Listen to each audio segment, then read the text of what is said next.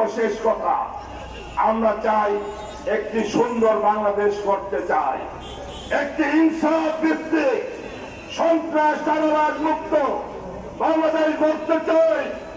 এই জন্য প্রয়োজন মাওলানা মামুনুল হকের নেতৃত্বকে প্রতিষ্ঠিত করা।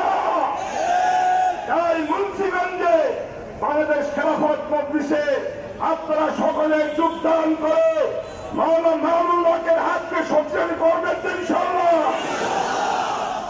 আমি আপনাদের সবাইকে ধন্যবাদ জানিয়ে আমার বক্তব্য শেষ করছি। ওমা তাওফিক ইল্লা বিল্লাহ। বাংলাদেশ জিন্দাবাদ, বাংলাদেশ খেলাফত মজলিস জিন্দাবাদ।